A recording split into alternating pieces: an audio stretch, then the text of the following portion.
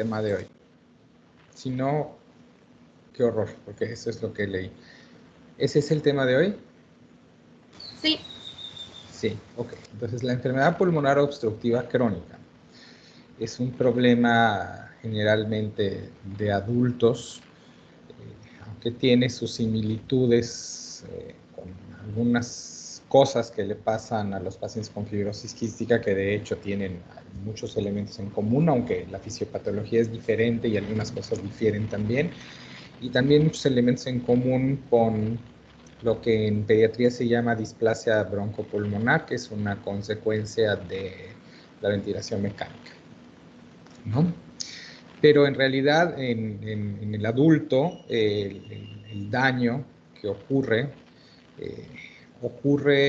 generalmente porque se expone el tejido pulmonar a sustancias tóxicas que generan una respuesta inflamatoria, siendo obviamente la principal de estas el tabaco, aunque también el derivado de otras sustancias orgánicas e inorgánicas, qué sé yo, el talco, el polvo inorgánico, el sílice, el algodón, la gente que procesa o cosecha algodón, el humo de los que cocinan con humo de leña o que son ávidos y persistentes cocinadores de carnita asada porque hay carbón ahí, ¿no? La carnita asada no, nadie se meta con la carnita asada, la verdad. Pero el humo de leña que todavía se utiliza en las regiones rurales de Yucatán, pues son factores, son polvos de muy pequeño tamaño o sustancias de muy pequeño tamaño que no son filtradas por la vía aérea de mayor calibre, no son atrapadas por el moco y llegan hasta la parte más profunda del árbol respiratorio, generando ahí respuesta inflamatoria. Y esta respuesta inflamatoria tiene dos consecuencias cuando es crónica a largo plazo, que son la bronquitis crónica y el enfisema. Permítanme 45 segundos.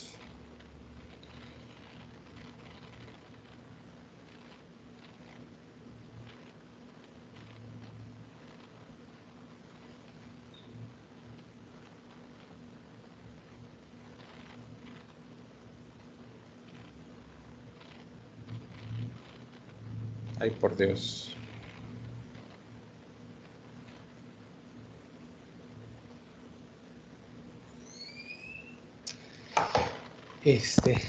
Nada, un paciente grave. Tenemos que orientar el manejo. En fin, un componente de bronquitis crónica, que como su nombre lo dice, es una inflamación por lo de itis, ¿no? Persistente o de larga duración de, de los bronquios, ¿no? Que va a llevar como consecuencia de esa inflamación, pues un edema o inflamación de la pared bronquial, que va a su vez a dar como resultado el exceso de producción de moco, y entonces el edema de la pared con la inflamación de la pared, con la producción excesiva de moco, van a dar como resultado dificultades para el movimiento de aire, y como la inspiración es activa por fuerza muscular y la expiración es pasiva, generalmente da más problemas para la expiración, que es pasiva, con atrapamiento de aire.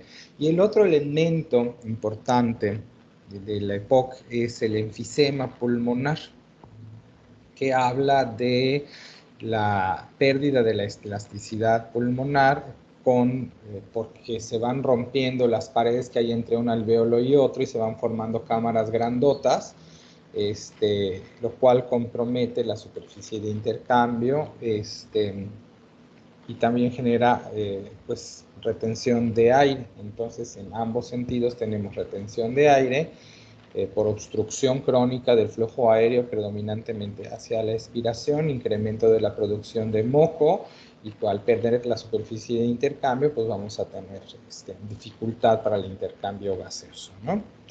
principal causante dijimos que era el tabaquismo, pero hay otras causas. Pero además de eso hay cierta predisposición genética o aumento de riesgo de que te pase, es decir, aunque el tabaco incrementa en mucho la probabilidad de hacer EPOC, pues podrías fumar y que no te pase, o podrías exponerte relativamente poco a estas sustancias tóxicas orgánicas o inorgánicas y de todas maneras desarrollar el proceso inflamatorio. Y esto ocurre porque algunas personas tienen deficiencia de una enzima que se llama alfa-1 antitripsina, cuya función es neutralizar o inhibir a ciertas proteínas que derivan de los glóbulos blancos neutrófilos. Los glóbulos blancos neutrófilos, cuando hay una infección, vienen corriendo a donde está la infección, como dijimos que pasaba en la neumonía, y tienen que romper un montón de proteínas que se producen como productos de desecho, ¿no? Entonces, una de estas, no es la única, pero la más importante quizás, es una que se llama elastasa. La elastasa rompe, se llama elastasa porque seguramente rompe elasticidad. Digo, el nombre es bastante orientador, ¿no? Pero rompe fibras de colágeno que efectivamente sirven para dar elasticidad, entre otras cosas, ¿no? Y que sirven para dar elasticidad a los vasos sanguíneos perialveolares y a las paredes bronquiales y a las paredes alveolares. Entonces, lo que debería de ocurrir es un equilibrio entre las fuerzas que van rompiendo las fibras de colágeno, como hace la elastasa de los glóbulos blancos, y que no ocurra en demasía para que no se dañe el tejido sano, sino que solamente se dañe pues, lo que no tendría que estar ahí, ¿no? Pero si la contraparte o quien contrarresta el efecto de la elastasa es justo la alfa-1 antitripsina, así que si tú no tienes suficiente, pues entonces cada que haya un proceso inflamatorio, en vez de que se detenga rompiendo solo lo que se tiene que romper, se va a continuar y va a dañarte las estructuras vasculares y bronquiales terminales, lo cual explica por qué le pasa al paciente lo que le pasa, ¿no? Dicho todo esto, entonces ya hablamos de que en la enfermedad pulmonar obstructiva crónica hay una destrucción de tejido pulmonar que incluye tanto vasos perialveolares como alveolos, que disminuye el número de alveolos y los hace más grandecitos, que hay un fenómeno de atrapamiento de aire por esa razón, que hay un fenómeno de remodelación bronquial que incluye cambio del epitelio bronquial, incremento de la tensión del músculo liso, y te vamos a hablar un poquito más por qué si se nos atraviesa, lo cual causa hiperactividad bronquial y otra vez atrapamiento de aire con disminución de la expiración que es pasiva, y esto genera insuficiencia respiratoria. Entonces, eso es EPOC. ¿Preguntas hasta aquí? No, doctor, todo bien. Todo bien. Y ojo, si ustedes tienen tosedores crónicos en su familia que fuman, pues yo no les recomendaría fumar. Nunca les recomiendo fumar. Eso de dedicarse al cáncer hace que uno considere que fumar es bastante poco inteligente, ¿no? Pero si además hay un problema respiratorio familiar en asociación a la exposición a humo, pues menos se les recomienda a ustedes, porque la deficiencia de alfa-1 antitripsina es una condición genética y heredable. Entonces, si tus parientes hacen EPOC, pues la probabilidad de que tú lo hagas es mayor, ¿no?, que la de cualquier otra persona que no tenga ese antecedente. Entonces, pues bueno, ahí están todos los avisos para que pues nadie fume, pero los que tienen tosedores crónicos en su familia, pues menos. Sería como el mensaje. Dicho todo eso, pues vamos a empezar otra vez con la misma dinámica de ayer. ¿Qué pasa con la mecánica ventilatoria en esta enfermedad? ¿Qué entendí? Aguilar. Ahorita voy a compartir. Bueno, pues, como mencionaba, pues que se presentan dos cuadros. En este caso, en la bronquitis crónica, pues esta misma inflamación y la secreción de moco, pues va a obstruir la luz bronquial. Y A también, ver, me perdí. pues lo que se mencionaba de que pues la exposición a esas sustancias nocivas pues van a ocasionar la inflamación y la secreción de moco. Y esa va a, pues, a obstruir la luz bronquial. Y también hay un engrosamiento de las vías respiratorias, pues estas mismas fibras pues, van a tender a contraerse y pues van a estrechar la luz del bronquio. Entonces, durante la inspiración, pues ya habíamos visto Es que un poquito, a ver, repite eso de van, a ver, de las fibras que van a pues eso. yo, Repítelo, por favor. ajá, que hay un engrosamiento de las vías respiratorias. Entonces, yo entendí que estas fibras elásticas van a tender a contraerse y estrechar la luz bronquial. No, ¿No? es así, no. Cerca, pero no.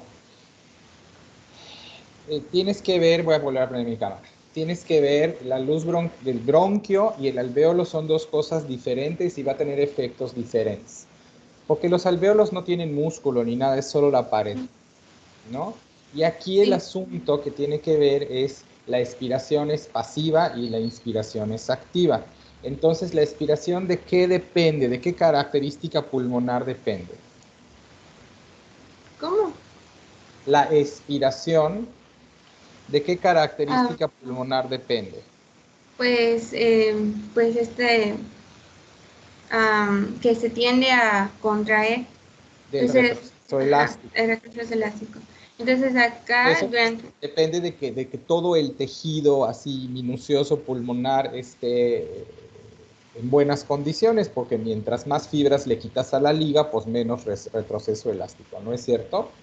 ajá, Ok, entonces, esto es un fenómeno pulmonar, pero aquí tú estás hablando de bronquitis. Vamos a hablar primero de la bronquitis. En cambio, en el bronquio hay otra cuestión. El bronquio tiene más estructuras que solo la pared alveolar, tiene ajá, la mucosa y tiene fibras elásticas, son los de mayor calibre, incluso aritos como de cartílago que le dan estructura y rigidez. Y entonces tiene una capa muscular también. Todos sabemos que si al músculo lo sometes a resistencia, pues el músculo se hipertrofia, ¿no? sí, sí, Entonces, aquí lo que ocurre es una hipertrofia de la pared muscular también, y esto es lo que genera contracción ante ajá, estímulos. Cualquier estímulo que habitualmente generaría espasmo bronquial, aquí pues la fuerza de contracción va a ser más fuerte porque hay más músculo bronquial. Entonces, el engrosar la vía respiratoria, porque hay edema crónico y cambio de las características del epitelio y exceso de moco, reduce la luz.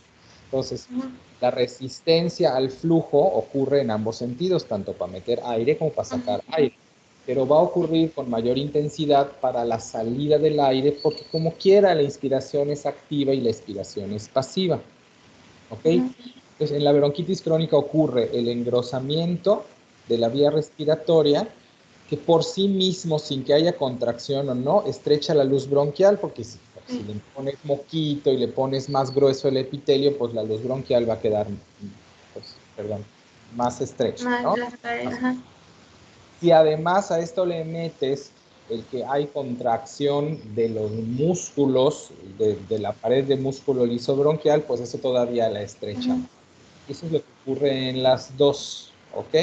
Y eso limita el flujo aéreo, como bien dice tu diapositiva, sobre todo el expiratorio, ¿ok? ajá, Además, a nivel pulmonar, y esto hablamos de bronquitis crónica, y el otro elemento es el enfisema. En el ah, sí, enfisema lo que tienes es que pierdes, quedan superinflados y sí, se pierde, como se pierden tabiques, se pierde la consistencia de la liga y se hace menos, pierde su retroceso elástico, ¿no? ajá, Tanto, no se facilita la expiración, porque dijimos la expiración pasiva. ajá. ¿Vale? Sí, y ajá, eso iba. En la parte de la inspiración, pues hay como que o sea, ya mencionó la tendencia al retroceso, a pues la salida de aire. Pues en este caso, pues no va a salir, se va a quedar. Entonces, eso es lo que va a ocasionar la insuflación pulmonar, que es el atrapamiento de aire en los alveolos y como mencionaba, pues lo va a sobredistender.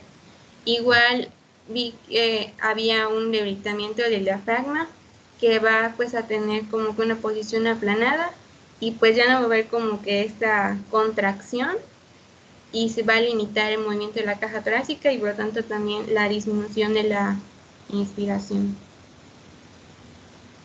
Es correcto. Y también pues en el efisema, pues como mencionaba, pues es una...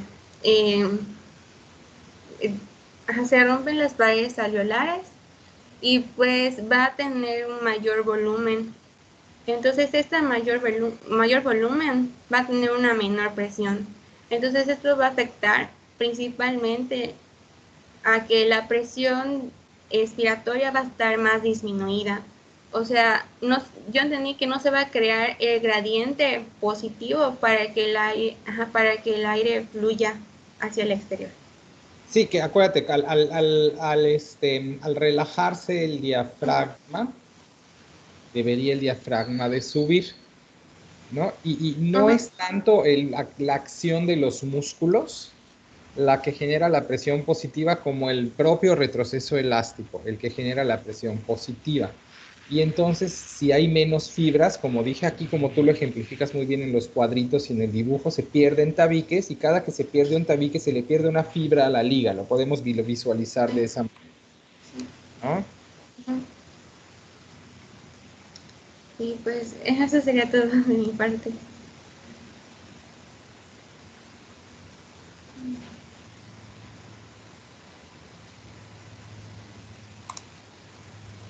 Ok, ¿quién sigue?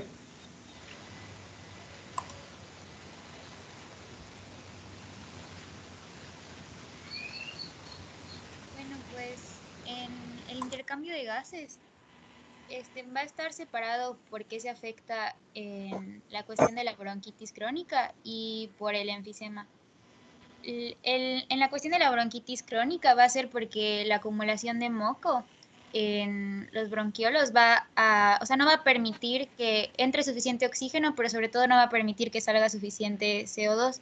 Entonces se va a ir acumulando el CO2 dentro del alveolo y el gradiente, pues los gradientes de difusión se van a volver menores debido a la acumulación del aire. Entonces la difusión se va a ver Sí, comprometida. sí, aquí, ¿dónde tiene que estar la molécula de oxígeno para difundir? ¿En qué En, parte del alveolo? en la membrana alveolo-capilar. Lo más cerca que se pueda de la membrana. Y entonces tenemos aquello que parecía un racimito de uvas, ¿no? Pensémoslo, que el árbol bronquial es como un racimo de uvas, ¿no? Entonces cada uva es un alveolo y entonces tenemos como muchas paredes conjuntas. Yo transformo un racimo de uvas en un zaramullo, ¿ya me entendieron? Que solo hay una pared, hay mucho relleno, pero solo hay una pared. ¿Tiene sentido para ustedes? Visualmente un racimo de uvas contra un zaramullo. Sí. Sí, doctor. Claro, entonces cuando visualizamos esto de esta manera, entonces lo que está en medio del zaramullo, pues para que llegue a la cáscara le queda lejos. Y hay mucho aire, mucha pulpa de zaramullo, pero mucho aire, que no llega a donde tiene que llegar para el intercambio, ¿no es cierto? Sí. ¿Ya entendieron? No lo había yo, ahorita que traté de ver cómo se los hago visualizar, creo que no sé si yo trabajo muy con imágenes. Mi pensamiento es bastante, yo no pienso en palabras, sino más bien pienso como en imágenes habitualmente. Y entonces esto queda muy claro para mí, un zaramullo versus un racimo de uvas, ¿no? Tienen como el mismo aspecto externo, los dos son verdes, como con bolitas, pero la cantidad de tabiques o cáscaras es completamente diferente. Entonces, claro, si yo tengo sobre todo enfisema, porque en el intercambio de gases, pues lo que me interesa más es lo que pasa en los alveolos y no en los broncos. Enfisema, pues afecto el intercambio de gases por pérdida de la superficie de intercambio y dificultad del acceso del oxígeno al sitio del intercambio. Y el CO2, también el CO2, ¿por qué?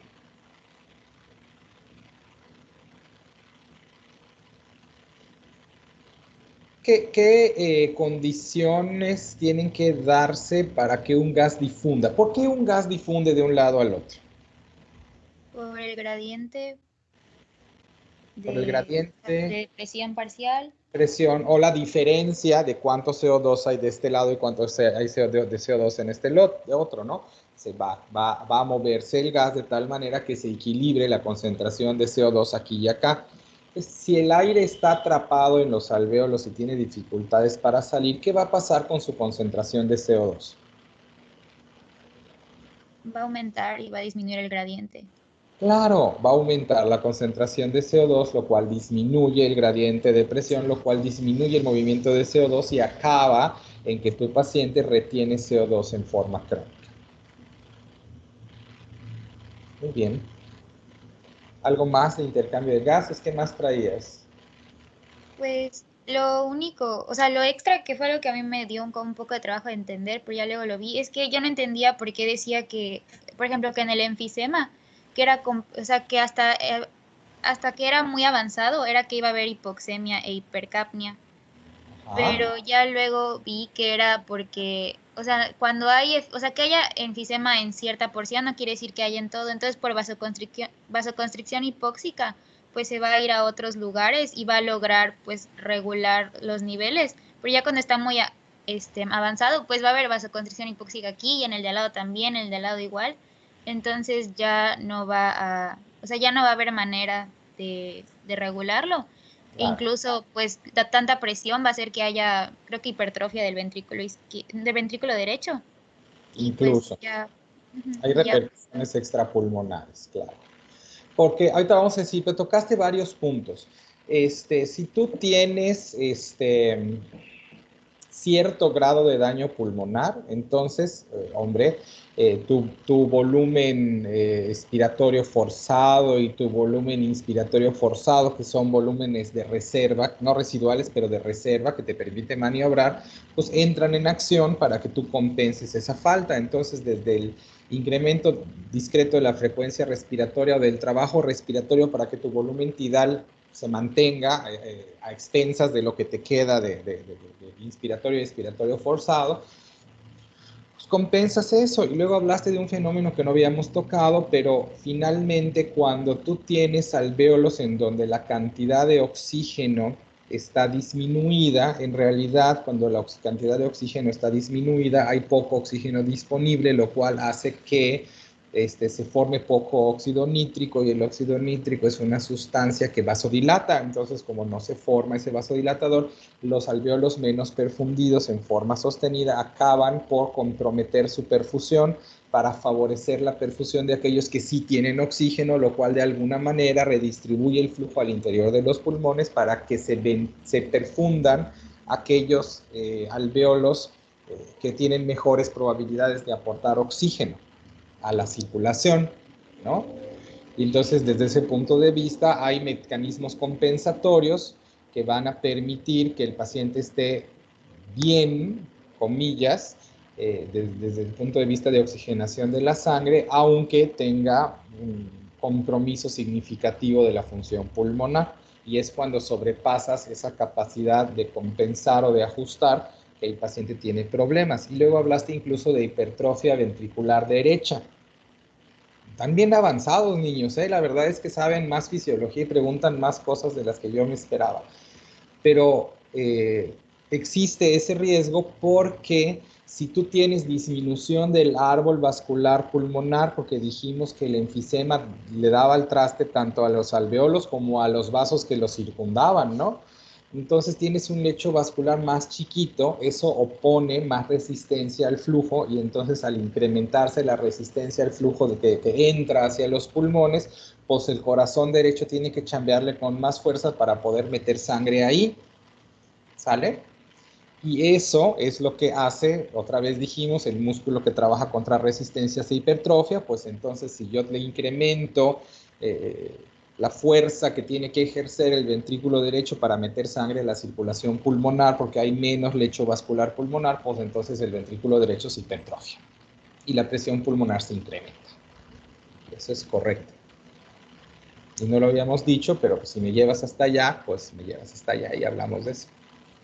O sea que yo les puedo enseñar de lo que sé, porque de lo que no sé no, o de lo que entiendo, o de lo que puedo decir, todo lo que me pidan, ¿no? Ya cuando me pidan lo que no sé, les voy a decir que no lo sé, pero si me van pidiendo más, pues yo les voy explicando más, ¿sale? Así que ustedes dicen hasta dónde. Estamos claros hasta aquí, ¿no? ¿Vamos bien? Sí, doctor. Sí, doctor. Sí.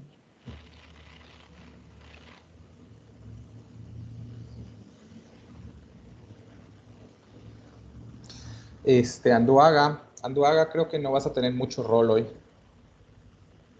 No, es que, bueno, ahorita Puede que ser, pero a ver qué le encontraste, porque sí, qué tal que sí, le rascaste algo. Pero ok. pareciera que el surfactante no juega mucho, No, es que ¿no? en realidad esa es la conclusión. Pues prácticamente lo que pues ya vimos, ¿no? Que pasa este desequilibrio de actividad proteolítica con antiproteolítica. Y también pues hay un aumento muy grande de lo que es el estrés oxidativo. Entonces, prácticamente hay dos cosas que pasan. Que se inactiva el surfactante y esto hace que, bueno, esto debido a que pues el surfactante obviamente no está solo formado por fosfolípidos, sino también tiene proteínas y otras cosas. Entonces, pues, debido a que tiene proteínas, pues estas se van a degradar gracias a la actividad proteolítica que se generó.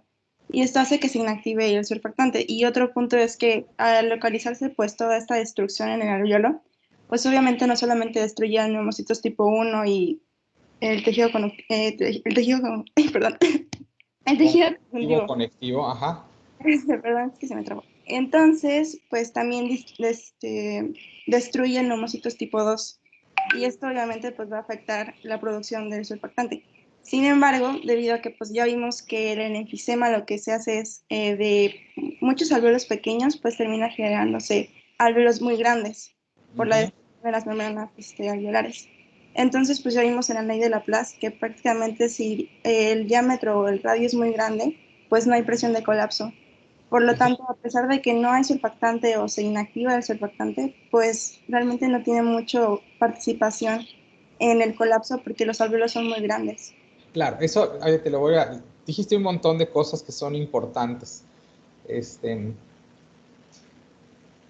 el surfactante o la falta de surfactante no juega un rol significativo en el paciente que ya tiene enfermedad pulmonar obstructiva crónica porque el tamaño de los alvéolos es tan grande que ya la tensión superficial no las lleva al colapso.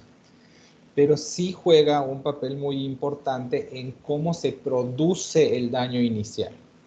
Como tú más o menos, yo creo que bien, pues, pero vamos a usarlo nuevamente, presentaste, cuando empieza a ocurrir el daño en función de la inflamación que genera el humo de tabaco y los otros humos orgánicos y estas cosas, cuando empieza a ocurrir ese daño, eh, sobre todo si tienes deficiencia de la actividad de alfa-1 antitripsina, como dijimos, ocurre que ciertos alvéolos se colapsan porque dentro de la actividad de la elastasa y de las otras enzimas proteolíticas de los macrófagos y de los neutrófilos, pues está la lisis de ciertas proteínas, incluida el componente proteico del surfactante.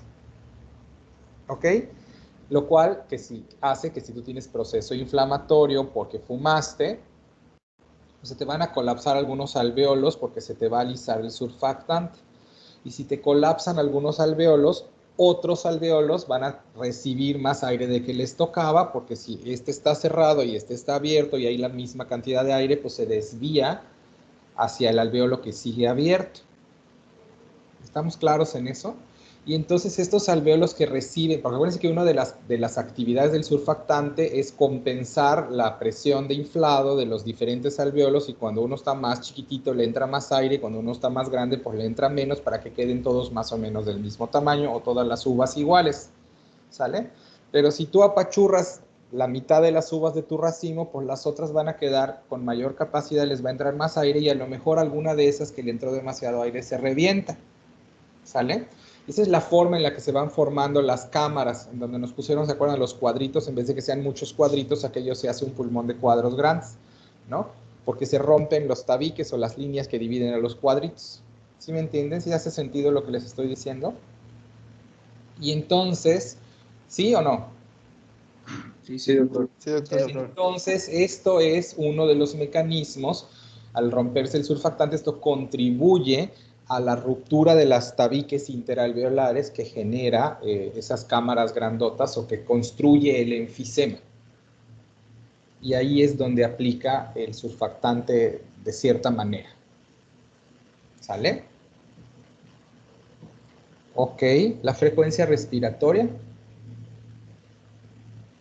Además, en simultáneo me estoy peleando con los otros 3 profesores porque ya estamos construyendo el examen final, que como les dije es de preguntas abiertas, y les mostré la pregunta abierta que les quiero hacer, que obviamente a ustedes no se las voy a mostrar.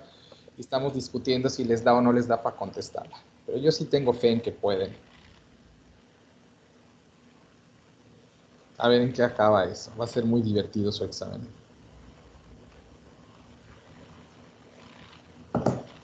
Por eso ven que luego me voy al teléfono. Ok, pero bueno, llégale, Aranda. Bueno, pues la verdad es que sucede algo similar con la neumonía, ya que como hay una retención del aire, pues hay un incremento de la cantidad de dióxido de carbono en el cuerpo. Entonces los quimiorreceptores van a reaccionar incrementando la frecuencia respiratoria para que pues, se pueda eliminar este exceso de dióxido de carbono y se pueda ingresar mayor cantidad de oxígeno. Tanto la frecuencia como la profundidad de la respiración. Ajá. Y bueno, también, esto no lo mencionaba el libro, pero algo que siento que igual es algo que puede pasar, es que ahora el centro encargado de la expiración comienza a trabajar, porque la expiración ya no puede ser posible, porque ya no hay ese pues, retroceso elástico natural del pulmón. Entonces van a comenzar a activarse el centro ventral, va a activar los músculos accesorios para la expiración, o sea, los abdominales, para intentar hacer la expiración lo más eficaz posible. Claro. No reciben ese nombre, pero dan ganas de decirle músculos accesorios de la expiración, ¿verdad? Sí. Que serían los abdominales y los intercostales internos. A ver, Fabricio, ¿cuál es tu pregunta o contribución? No sé si esté mal, pero si yo recuerdo, me acuerdo que en el control de la respiración mencionaban igual una participación de los mecanorreceptores del estiramiento de los pulmones, Es pero cierto. sería como que paradójico decir que se aumenta la respiración, pero si esos mecanorreceptores al estirarse mencionaban que reducían la respiración, o sea, la frecuencia respiratoria. Pero en este caso también lo que hacen es que favorecen el esfuerzo expiratorio. Pero es cierto, por eso el paciente, hay unos mecanismos contradictorios allá que hacen que el paciente no tenga tanto incremento de la respuesta de la frecuencia respiratoria y de hecho el paciente con enfermedad pulmonar obstructiva crónica acaba reajustando su sensibilidad al CO2. Entonces, sí es cierto, ocurre una retención de CO2 que estimula el centro respiratorio, que hace que entren músculos accesorios para favorecer o facilitar la expiración, puesto que no se está dando en forma normal, pero como es una circunstancia permanente, porque digo, si haces ejercicio aeróbico y se te sube el CO2, entonces hiperventilas, barres el CO2 y aquello se acabó. Pero este paciente, como tiene una hipercapnia persistente, esto lleva a un reajuste del centro respiratorio que empieza a requerir una concentración de oxígeno, de CO2 cada vez mayor para disparar, lo cual te lleva a una circunstancia que se llama hipercapnia permisiva en donde el paciente el paciente con EPOC avanzado, maneja CO2 más alto que las personas normales y sin embargo esto no le conduce a incremento de la frecuencia respiratoria. Es decir, el termostato, para que entiendan un poquito con términos más coloquiales, se reajusta, ¿no? Y requiere CO2 más alto para disparar.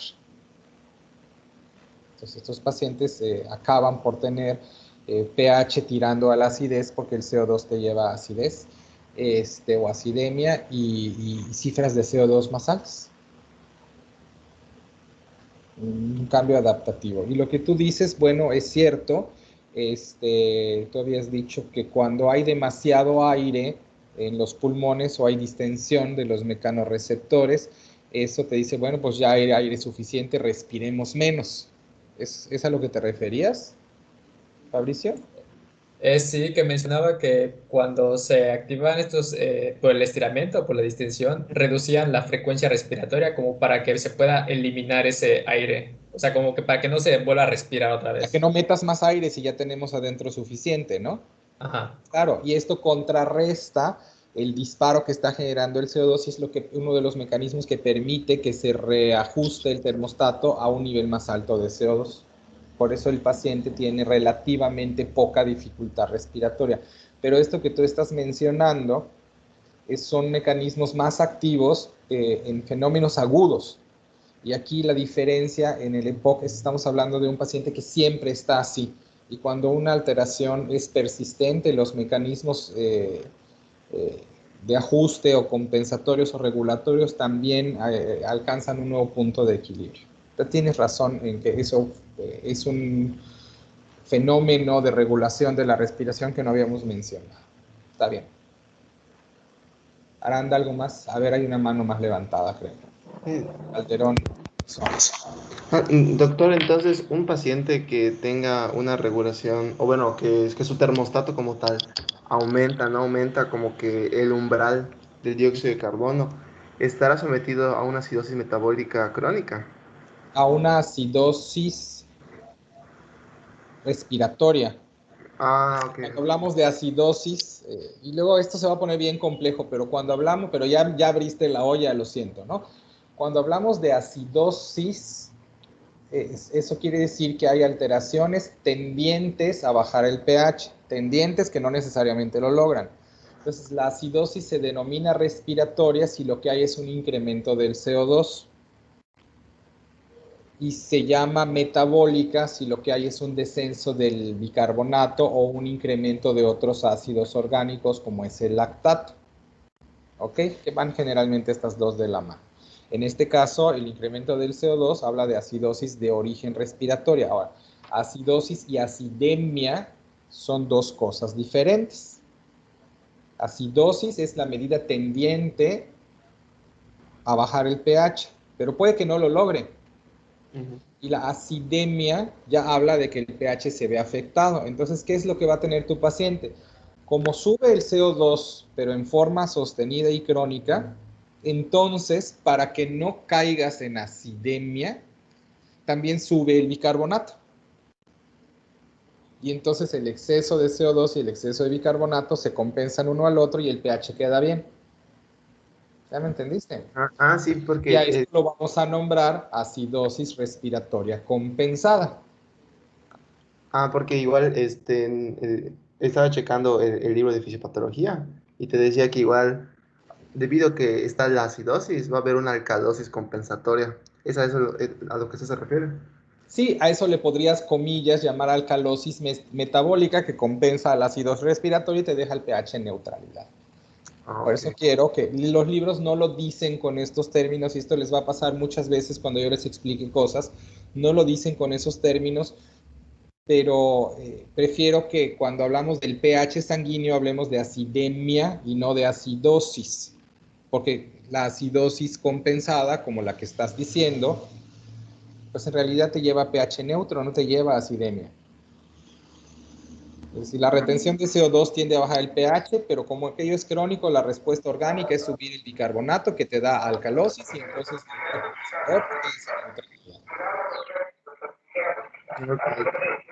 hay mucho ruido de fondo, no sé quién es.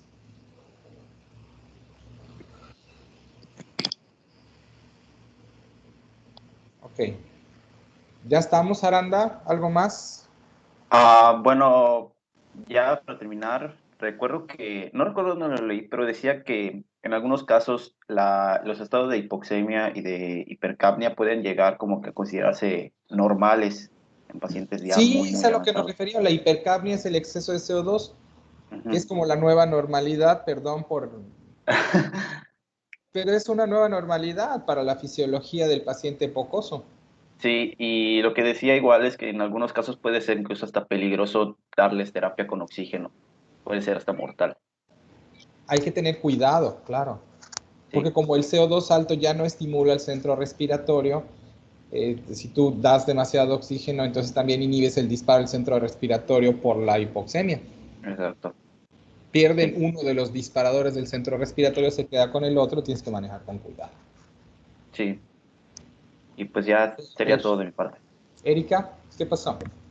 Sí, era con respecto a los mecanorreceptores que detectan la distensibilidad.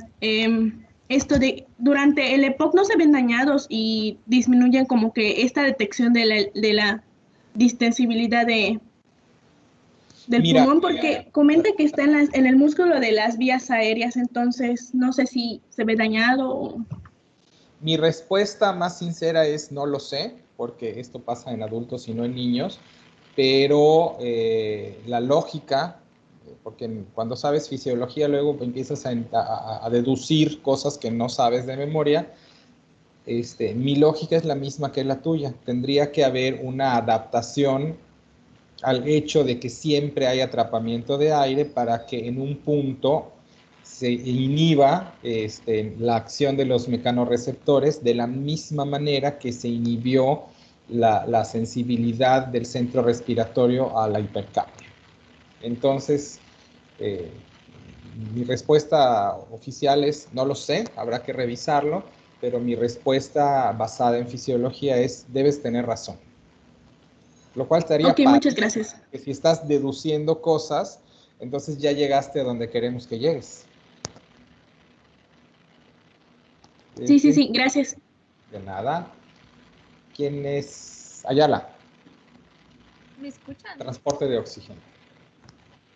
¿Me escuchan? Muy poquito. ¿Y ahora? Sí, mejor. Ok. Bueno, pues en el transporte de oxígeno podemos ver que cuando se presenta el EPOC, por la dificultad de intercambiar gases, pues se puede crear un estado de hipoxemia, que es cuando la presión parcial de oxígeno pues en los capilares es insuficiente pues para satisfacer las necesidades fisiológicas, y también, como acaba de mencionar Julián, entramos en un estado de hipercapnia, que como el aire entra pero no sale, aumenta la presión parcial del dióxido de carbono en la sangre, y por ello también aumenta la frecuencia respiratoria. En ambos casos se presenta la disnea, o sea, la dificultad para respirar, solo que en el enfisema esta suele ser intensa. Y también en el enfisema la hipoxemia suele ser progresiva y se presenta por lo general en estado de ejercicio. También, como podemos ver en la imagen. Actividad física o por esfuerzo, ¿no? Ajá, por esfuerzo, sí. Igual pues va a haber grados, ¿no? Dependiendo del grado es qué actividad son las que te llevan a este estado. Puede llegar al grado de que hasta incluso necesidades básicas como caminar se presente la disnea. Y pues... Pero de hecho el transporte de oxígeno no se tendría que ver modificado, porque el transporte de oxígeno estamos hablando de cómo viaja, y si viaja en solución, y si viaja unido a la hemoglobina o no. En realidad no tendría que afectarse en condiciones basales. Pero acuérdate que tu tema versa sobre PaO2 y saturación de oxígeno, pero efectivamente cuando se exige más oxígeno del que se requiere en reposo, ¿qué es lo que pasa con la PaO2? De oxígeno es insuficiente, se reduce. Se reduce, claro, se compromete. Suele ser insuficiente. Pero sin embargo menciona que cuando no se reduce, o sea, cuando no es un grado muy grave, con la hiperventilación puedes satisfacer tus necesidades fisiológicas. O sea, tienes que llegar a un estado como de COL 4 para que, o sea, menor a 30% de lo que se necesita para que ya se requiera de oxígeno, porque de ahí en fuera, por misma hiperventilación, se pueden satisfacer las necesidades. Es correcto. Ahora, entonces, ¿eso qué nos dice? Cuando un paciente tiene clínica de POC, ¿cómo va? ¿Qué pasó? No lo escuché. Si el paciente ya tiene clínica de POC, ¿cómo están sus pulmones? Si el paciente tiene clínica de POC, pues los pulmones, como ya mencionaron, pues se encuentran obstruidos, o sea, la luz alveolar pues se encuentra cerrada y hay dificultad del flujo de aire. ¿Qué tan afectados? Mi pregunta, perdón, es que como van a estar muy dañados. ¿Qué tan afectados están? Muy dañados. Ya están muy dañados. O cuando tú Sí. te das cuenta que tienes EPOC, es porque ya tienes mucho daño. O sea, uno no se da cuenta que tiene EPOC al principio, ¿no? Porque se Sí, compensa. Cuando te das cuenta es porque ya estás re mal, ya no tienes pulmón de reserva, ¿no? Eso, sí, digo, exacto. mi papá se murió de EPOC y cáncer pulmonar, ¿no? Fumaba como chimenea porque según él el cáncer lo daban los cerillos y no los cigarros. Bueno, vete uno a pelear con eso, ¿no? Los papás generan, ustedes lo saben, perdón señores que me están escuchando, papás, mamás que están allá, pero los papás son bien difíciles de educar, nomás no entienden, ¿no? Entonces uno les quiere explicar las cosas y podrás estar en medicina o ser médico, pero de todas maneras no te creen porque como ellos te hicieron y te parieron y te educaron, pues entonces no te hacen caso. Entonces imagínense yo tratando de explicarle a mi papá que dejara de fumar y él diciéndome que no, hasta que me dio la razón cuando le diagnostiqué su cáncer pulmonar, que no está padre, ¿no? Entonces, claro, cuando ya está ahí, pues ya no tiene resistencia pulmonar. Y entonces antes de que tuviera dificultad respiratoria crónica, pues ¿cómo lo convenzo de que están mal sus pulmones? Y me dice, no, si mira, yo no me agito, no me falta el aire, ¿no? Entonces, ¿cuál daño pulmonar voy a tener? Y eso es lo que les pasa a sus pacientes, o les va a pasar a sus pacientes, este, que es bien difícil que logren aceptar que un fenómeno que no visualizan está de hecho ocurriendo. Perdón porque ya me estoy metiendo a comunicación y a relación médico-paciente y a otras cosas, pero bueno, es medicina, igual les conviene aprenderlo. Pero eso es lo que pasa, ¿vale? Cuando ya está sintomático es porque las cosas están muy mal. O sea que si ya estás viendo impacto sobre la saturación de oxígeno, la cosa está muy mal. Y aquí tú estás mencionando en este dibujo, fíjate, aquí me encontré algo más que está bonito. Aquí del lado donde dice tinte rosa, abajo del lado derecho dice policitemia. ¿Por qué hay policitemia? Mm,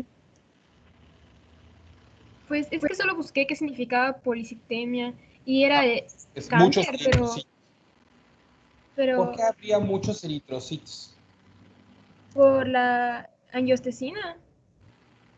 A ver, No sé. pot kowo. Ah, sí, porque como causa hipoxemia, lo detectan las arteriolas del riñón y hacen que se sintetice más eritropoyetina para que se produzcan más eh, eritrocitos. El estímulo para la síntesis de eritrocitos viene del riñón, es la eritropoyetina, y la eritropoyetina se fabrica cuando la cantidad de oxígeno que le llega al riñón es poca. Muy bien. Y la otra que sale del lado izquierdo a ver, del toro. ¿Tienes algo más? ¿Tú que levantaste la mano? Sí, tenía una duda. Es que yo estaba leyendo que la policitemia no era tan frecuente como la presencia de anemia en los pacientes con EPOC, pero no sé qué tan cierto. O sea, lo leí en un artículo. Yo creo que hay que leerle, hay que buscarle más porque yo estoy en la sintonía de que sí hacen policitemia. La hipoxemia crónica lleva a policitemia por justo el mecanismo que acaban de explicar. No se esperaría anemia, porque si además el paciente hace anemia se va a poner peor porque tiene pocos transportadores para el poco oxígeno disponible. Entonces, tendría que leer dónde lo leíste y ver el contexto para entender por qué. Porque lo esperado, o dentro de las cosas que pueden ocurrir, es la policitemia como dice el diagrama. Porque no lo hizo ella, lo cortó y lo pegó, pero dice verdad. Y luego también pierden peso porque el trabajo de respiratorio incrementado implica actividad muscular incrementada. La actividad muscular incrementada representa gasto energético. Así que si el paciente sigue comiendo igual, pero cada vez tiene que trabajar más sus músculos accesorios de la ventilación, pues va a tener un consumo energético incrementado, lo cual lo va a llevar a pérdida de peso. Entonces es cierto que algunos, no todos, porque algunos cuando hacemos más actividad física, pues comemos más y ya nos mantenemos en el equilibrio, ¿no? Pero algunos pacientes pierden peso por el incremento del trabajo respiratorio, como está en ese dibujo que nos presentaron. Y en el lado derecho dice tórax hiperinsuflado. Y esto también es interesante y no sé a quién colgárselo, así que lo voy a mencionar. Los pacientes que tienen enfermedad pulmonar obstructiva crónica se describen en clínica como que tienen un tórax en tonel. Entonces su tórax adquiere la forma del barril del Chavo del 8 con un incremento del diámetro anteroposterior porque están todo el tiempo hiperinflados o con aire atrapado, ¿no?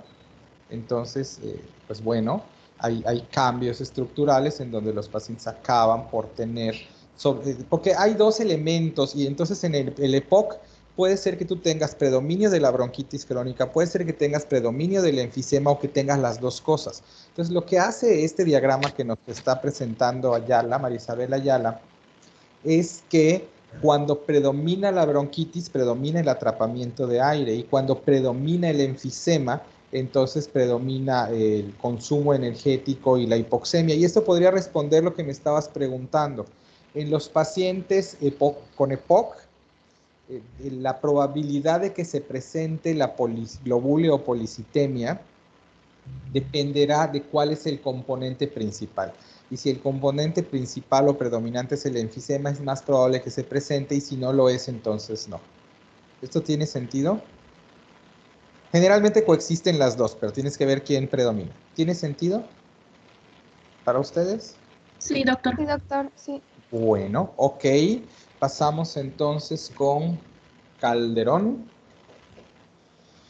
¿Me escucha, doctor? Calderón.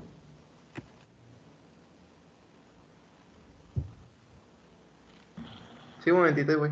Sí, Ayala ya está, ya apagó.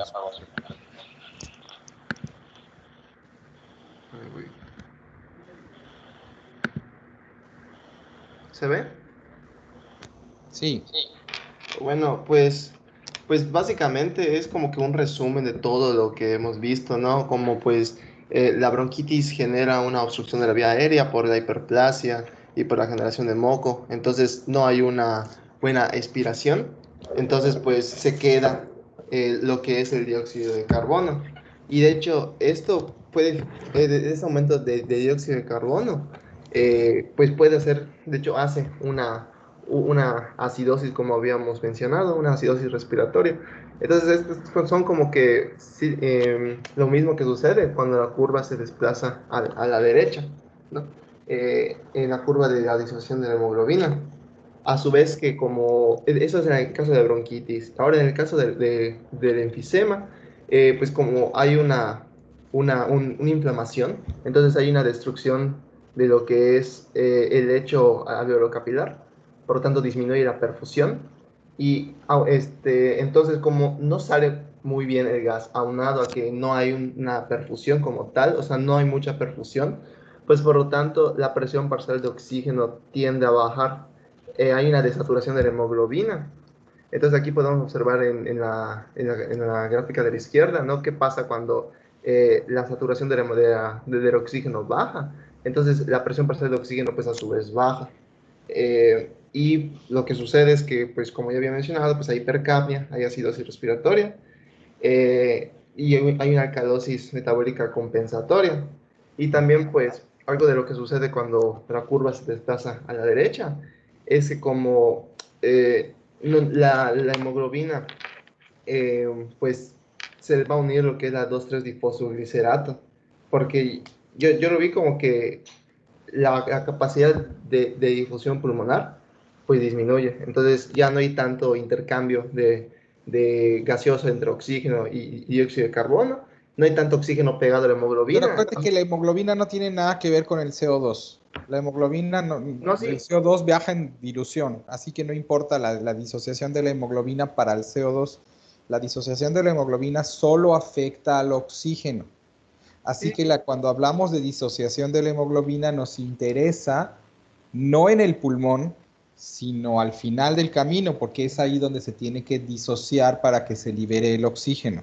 Es decir, me estás presentando fisiología correcta, pero cuando nos remitimos a la curva de disociación de la hemoglobina, estamos hablando de lo que ocurre al final del árbol vascular, cuando la hemoglobina llegó a los capilares para que se suelte.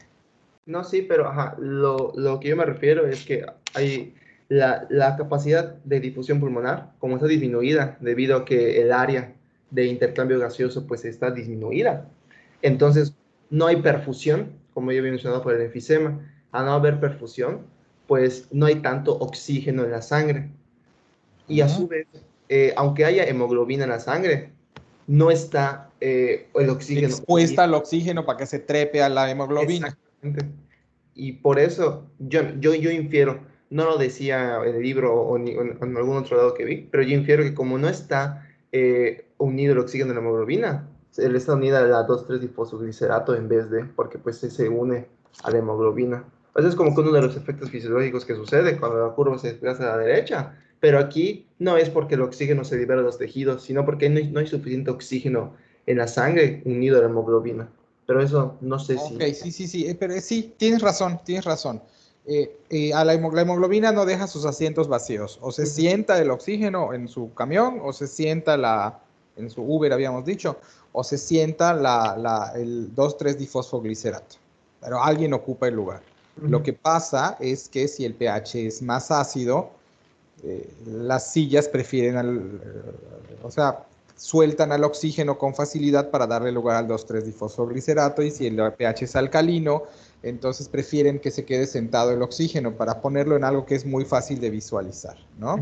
Sí. Entonces el hecho de que el espacio se ocupa por el uno por el otro es bioquímico, pero, y es cierto, lo que tú dijiste, si hay poca capacidad del oxígeno de salir del pulmón y entrar a la sangre para que se vaya a la hemoglobina, pues entonces los espacios, la hemoglobina estará desaturada, ¿no?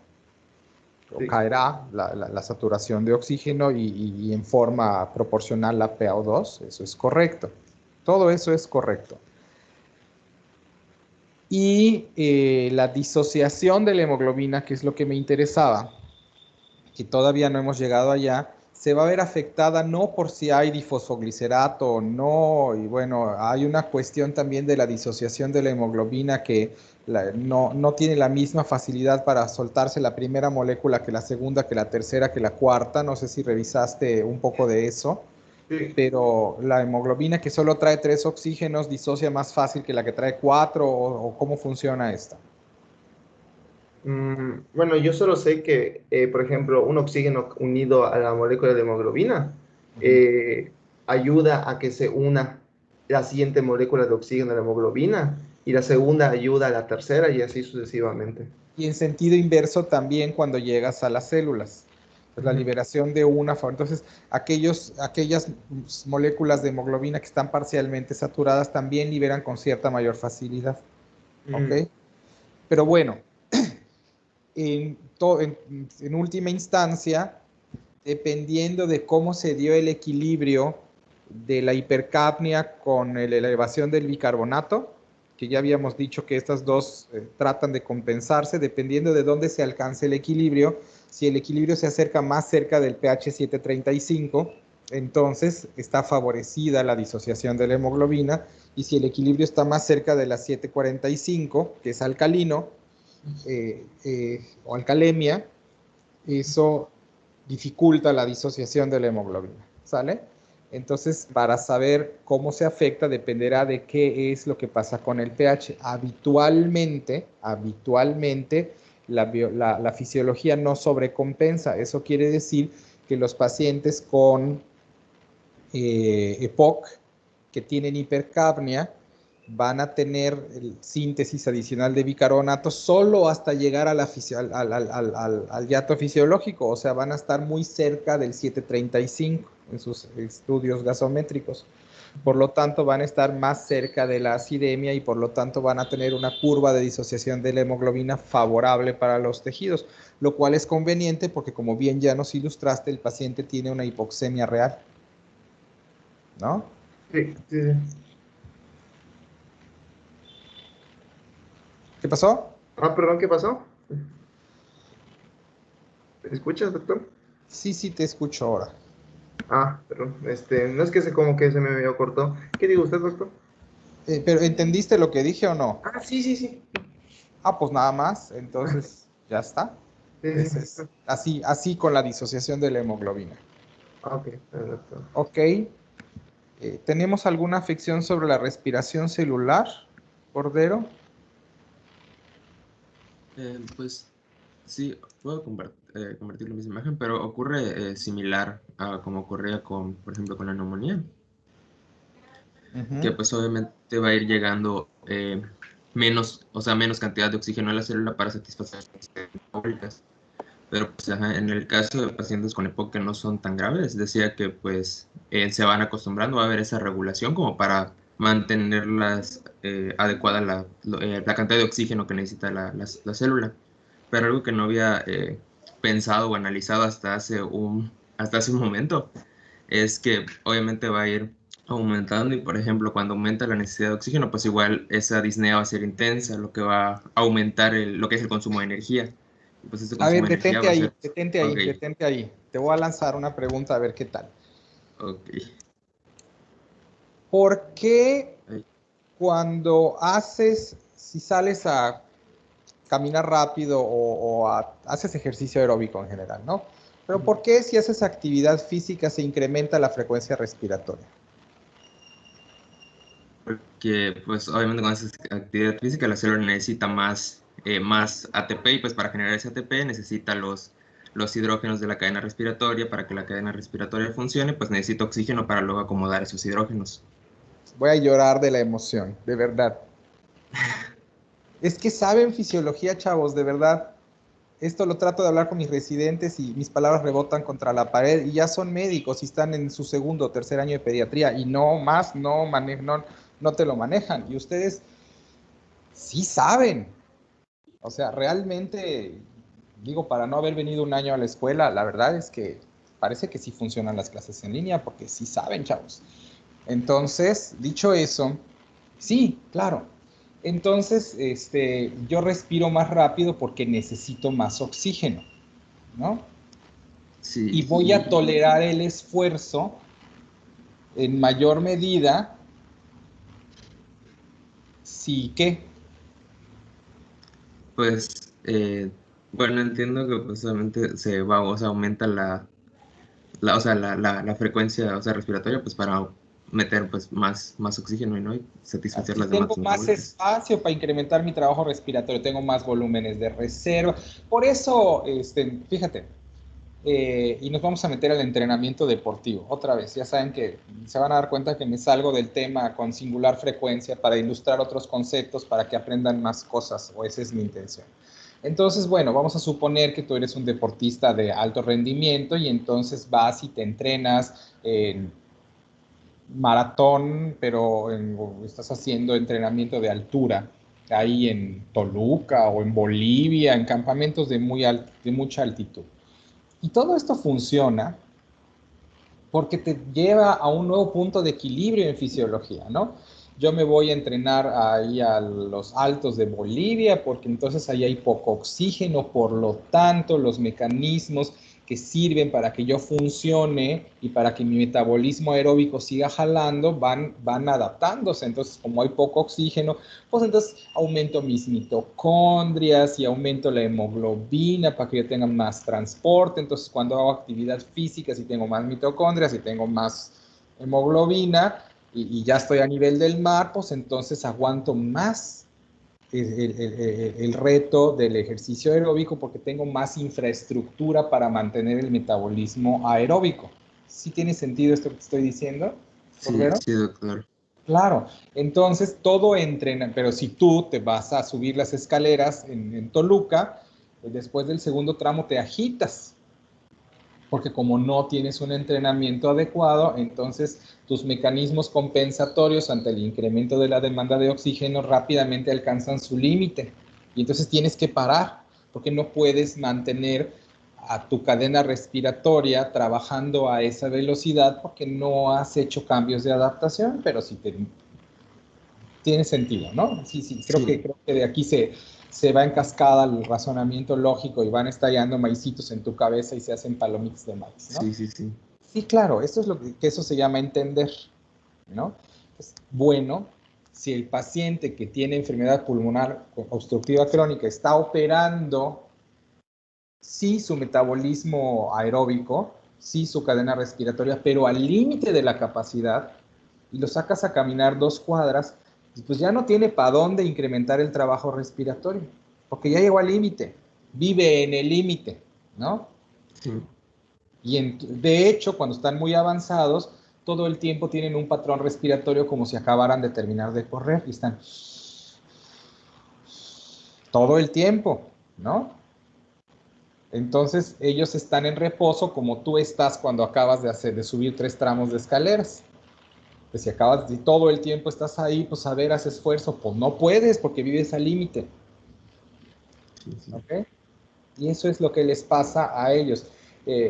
Aquí a grandes rasgos lo que vale la pena entender es que el paciente que tiene crónicamente insuficiencia respiratoria vive al límite de su cadena, de su capacidad operativa de la cadena respiratoria, y cualquier esfuerzo adicional hace que ya no puedas incrementar, ya la fábrica está a máxima capacidad. ¿Sí me explico? La infraestructura en su conjunto. No es por bronca de las mitocondrias, por cierto, es bronca de la capacidad de llevarle oxígeno a las mitocondrias. Pero acaba en lo mismo. No puede hacer más ATPs porque no hay manera, ¿no? Sí.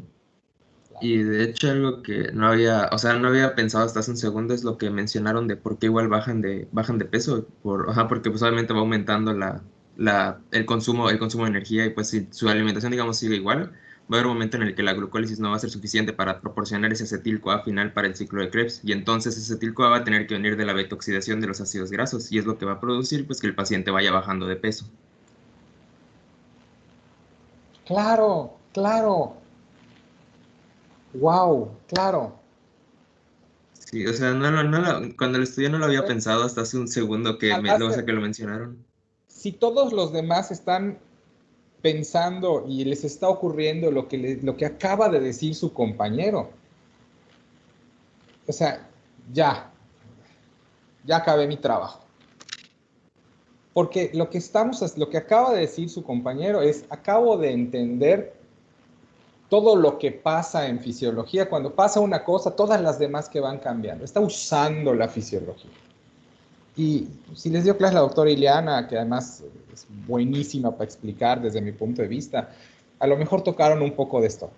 Pero lo que está ocurriendo es que realmente, y de esto se trata el curso de fisiopatología, que ustedes entiendan cómo se usa todo lo que aprendieron el semestre pasado y el anterior en biología celular y en bioquímica. Cómo se usa para entender lo que le pasa a los pacientes cuando algo se descompone. Es que como es un chorro de sistemas en equilibrio, cuando tú mueves esta pieza de aquí, todas las demás o muchas más se van a ver afectadas de diferente manera. Y eso es fisiopato, chavos. Pero muy bien, otra vez voy a llorar de la felicidad. Y pues ya creo que eso sería todo. No, sí, eso es todo, eso es todo. Volúmenes respiratorios del toro.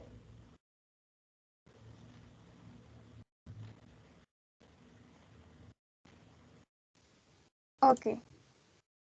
Bueno, vamos a hablar de cómo se ven afectados. Como ya hemos escuchado, pues aquí tenemos el patrón respiratorio que va a haber una hipoventilación, va a ser menor que el normal, que era de color rojo, aquí lo podemos ver en color morado. Y si bien la inspiración se ve afectada, no es tanto como la expiración. Entonces, generalmente, la capacidad vital forzada es superior a la capacidad vital. Sin embargo, cuando nuestra capacidad vital resulta un 10% aproximadamente mayor que la capacidad vital forzada, esto indica que hay un atrapamiento aéreo. Es lo que significa que esté pues elevada. Ahora, el EPOC, como ya mencionamos, es una enfermedad obstructiva que aumenta la distensibilidad pulmonar donde se deteriora la expiración. Y bueno, pues ya mencionaron lo de acidosis respiratoria. Aumenta la distensibilidad pulmonar. Ok, que eso le llamamos compliancia, ¿no? Sí. Aumenta la capacidad de entrada de aire, porque otra vez, si no hay tabiques entre los alveolos, pues entonces es un globito único que es más fácil de inflar que 25 globos al mismo tiempo. Sí. Es a lo que te refieres. Tenemos un incremento de la compliancia, una reducción del retroceso elástico o elastancia que ya nos habíamos mencionado hace rato, y ambos hacen que el aire entre con facilidad pero salga con dificultad. ¿Es correcto esto? Sí. Por eso tenemos problemas para expirar en forma forzada y por eso tenemos atrapamiento de aire. ¿Cómo eso modifica los volúmenes respiratorios? Es lo que vamos a ver. ¿Quién es el que sufre más? El de abajo, nuestra capacidad de respiratorio de reserva. De reserva. Sí. Pero cuando hablamos del flujo máximo, del flujo del primer segundo que sale en tu cuadro siguiente. Sí, voy a hablar ahorita. Sobre las obstrucciones. El primero es... Tercera columna. ¿Este? Sí. Ok. El BEF, ¿qué es el BEF? Tienes razón. El BEF es el volumen expiratorio forzado del primer segundo. Sí, ¿no? Es que este de ¿Cuánto aquí... del aire, para recordar, cuánto del aire que lograrías sacar esforzándote sale en el primer segundo de la expiración? Lo que te sirve para apagar las velitas del pastel, ¿no? Lo que usa el lobo feroz para tirar la casa de los cochinos, ¿no? Es el volumen expiratorio forzado el primer segundo, ¿no?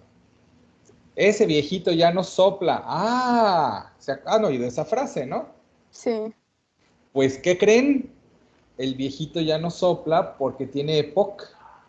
Y como fumó, entonces perdió el retroceso elástico pulmonar. Y como perdió el retroceso elástico pulmonar, tiene comprometida la expiración. Y como tiene comprometida la expiración, tiene un volumen expiratorio forzado del primer segundo bajo, y por lo tanto no puede apagar la velita del pastel. Entonces, ¿quién iba a pensar que ese viejo ya no sopla? Realmente es una frase que ilustra de tal manera el EPOC y los volúmenes respiratorios, pero miren qué chulada, ¿no? Bueno, en el EPOC, el grado de obstrucción, según este valor que menciona el doctor, va a definir qué tan grave es la obstrucción en la enfermedad.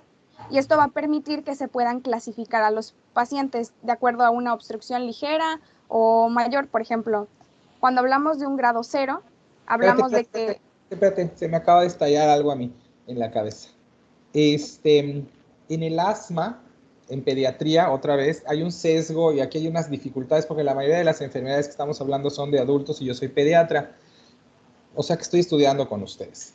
Pero en pediatría, en el asma, nosotros utilizamos un aparatito bastante simple que se llama Peak Flow Meter, que es un aparato que mide el flujo pico o flujo máximo o volumen expiratorio del primer segundo. Es equiparable a esto, ¿no? Entonces tú le das esa chunchecita, que es como un tubito al paciente, le dices que jale todo el aire que puede y que sople con la mayor fuerza posible, y con eso mides qué tanto, y hay una tabla para comparar de acuerdo a la estatura y el tamaño del niño cuánto le toca sacar, y entonces sacas el porcentaje de lo que le debería tocar, sabes cuánto le debería tocar y ves si está cerca de lo que le debería tocar o qué tan abajo porcentualmente está de lo que le toca. En EPOC, a falta de espirometría, porque la manera correcta de medir estos volúmenes es espirometría, pero a falta de un espirómetro, que está bien difícil de tener, tú podrías utilizar un peak flow meter para ver si el paciente tiene comprometida el volumen expiratorio forzado.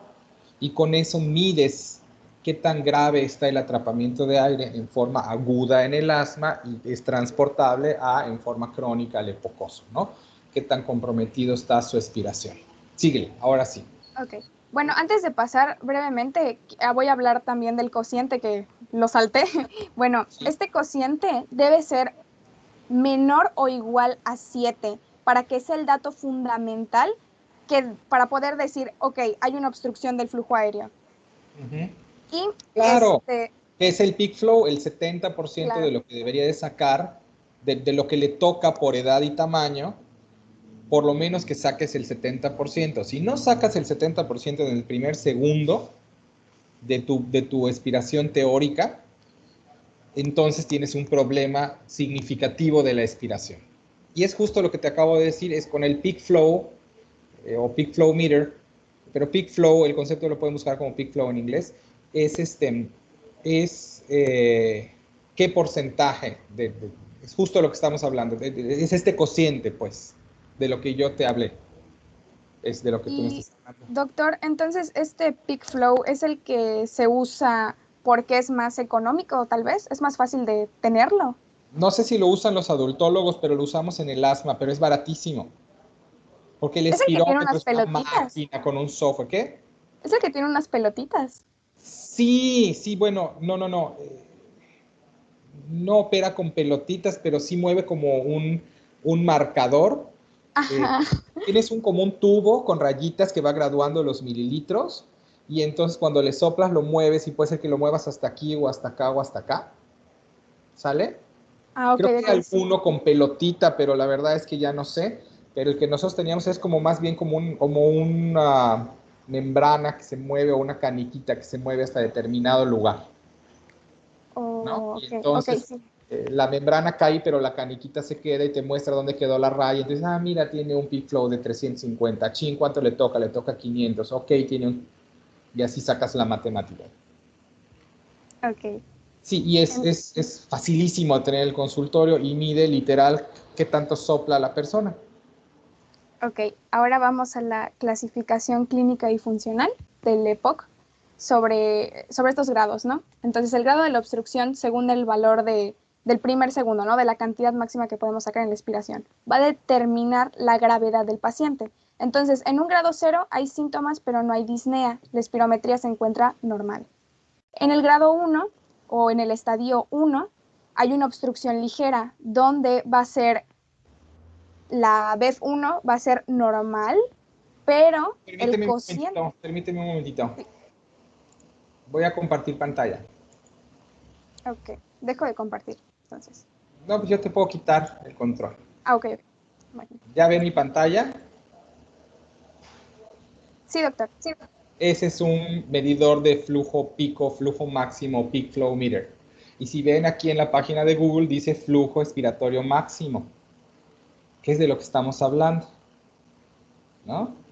Y vean, hay unos bien sencillitos, que lo que hacen es que tú le pones con el rojo y el verde los rangos máximo y mínimo, y el amarillo es hasta donde lo lleva el paciente, o este es el que te digo que mueve una membrana, el azul, el cuarto de arriba, en la primera columna, el cuarto de izquierda a derecha, es el que mueve una membrana y luego una caniquita y te deja el marcador cuál es el volumen. Y está marcado para estándares de adultos y segundo del renglón que ahora está arriba mueve el marcador rojito. Este es para adultos, el paciente le sopla por el lado de la izquierda y levanta esta flechita hasta determinado nivel en función de la fuerza de expiración y así son todos. ¿Sale? Entonces voy a dejar de compartir para que puedas volver a compartir tú. Ya está. Y así se mide. Entonces, sigue donde estabas, por favor. Sí, doctor. Ok, entonces, en el grado 2 vamos a ver, o estadio 2A, una obstrucción moderada, donde vamos a tener que la BEF1 va a estar entre el 50 y el 80% aproximadamente. Pero, y con los síntomas, ¿no? Como ya sabemos. En el estadio 2B, la obstrucción va a ser grave, porque vamos a tener que la BEF1 va a estar entre el 30-50% y, bueno, y ya. Porque en el estadio 3 o en el grado 3 vamos a tener una obstrucción muy grave, donde la BEF1 va a ser menor al 30% o si está menor al 50%, o sea, entre 30 y 50, va a haber una presencia para que sea clasificado en el estadio 3 con un 50, tendría que haber la presencia de una insuficiencia respiratoria y o la presencia del cor pulmonale, que es lo que estaban hablando hace rato sobre... El cor pulmonale, claro, es la... Acuérdense que dijimos que para que la sangre, que la primera clase dijimos, para que entre el aire se genera presión negativa.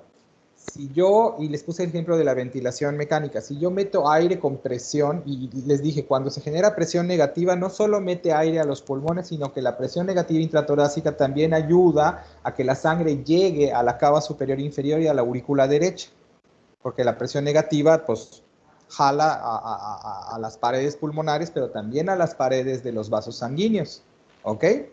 Entonces dijimos todo eso pasaba.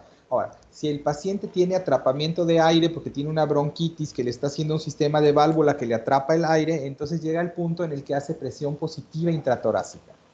Y la presión positiva intratorácica aprieta o apachurra también a la vena cava superior e inferior. Y si están aplastadas, pues se compromete el retorno venoso. Y si no está llegando sangre a la aurícula, pues no llega al ventrículo. Y si no llega al ventrículo, pues no perfunde al pulmón, lo cual viene aunado a que si el aire está a presión dentro de los pulmones, eso aplasta los capilares, lo cual incrementa la fuerza que tiene que ejercer el corazón para perfundir. Y todo esto acaba en que el paciente se comporta como si el corazón derecho no pudiera trabajar, como si no tuviera fuerza para trabajar, lo cual se llama cor pulmonale. Pero no es que no tenga fuerza para trabajar necesariamente, sino que está enfrentándose a poco llenado y a mucha resistencia. ¿Ok? Queda el mucho elemento más claro. principalmente es el corazón derecho está batallando para meter sangre a los pulmones porque ya tiene, porque el aire está a presión. Eso hace que se hipertrofie o sea grande el ventrículo derecho. Y ahí está, mira, te lo encontraste antes de que lo dijéramos. De hecho, también leí que un tratamiento para estos pacientes es alterar su patrón ventilatorio.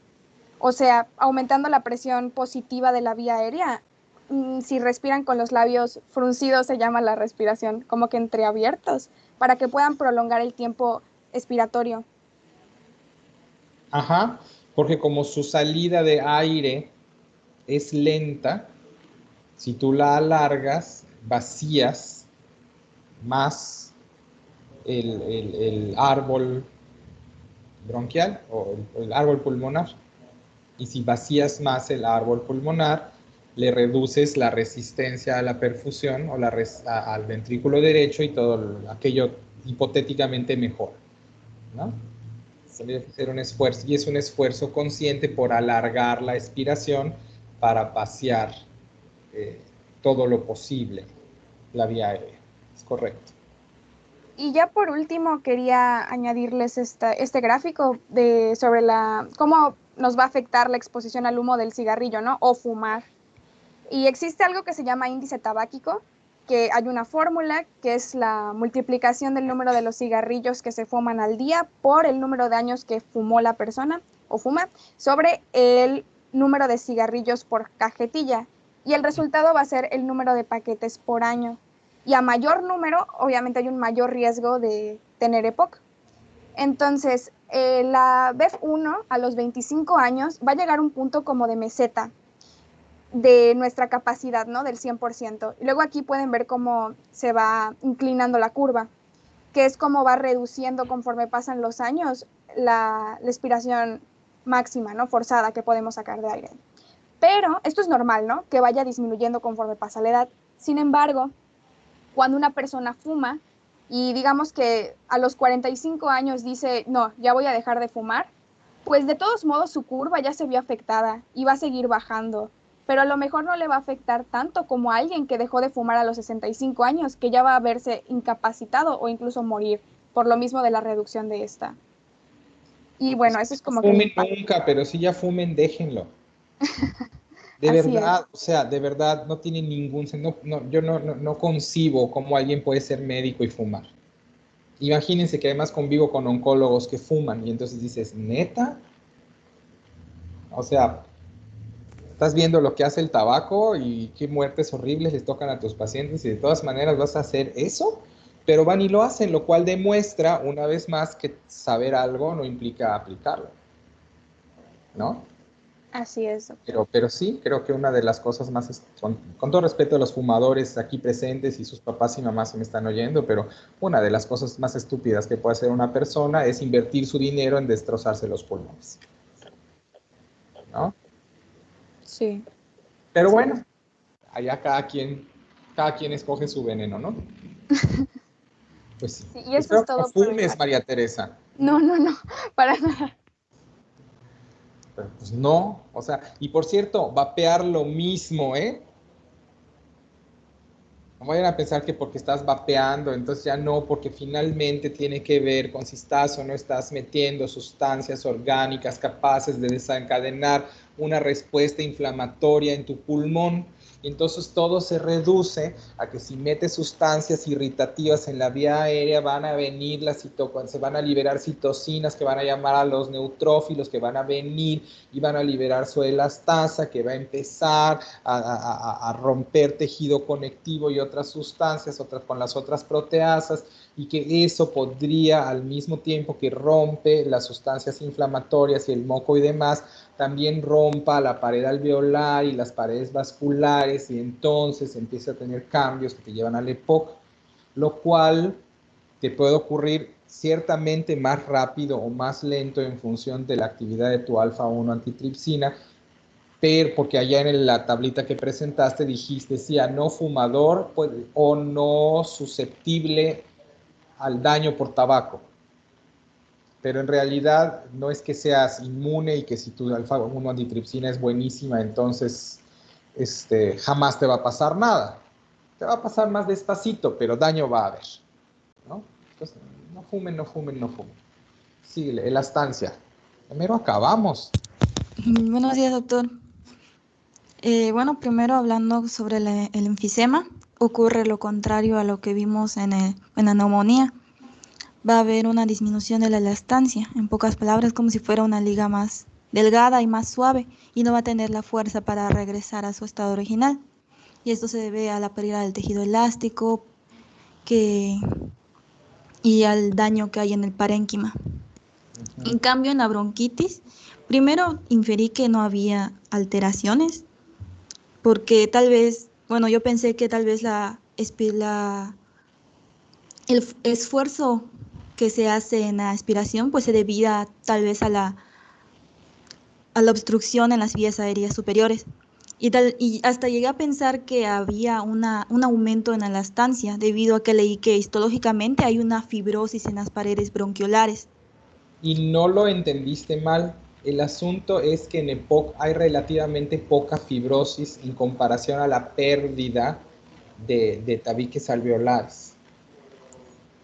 Porque si cambiamos EPOC por otra enfermedad que se llama fibrosis pulmonar, que existe también, entonces todo lo que dedujiste es correcto.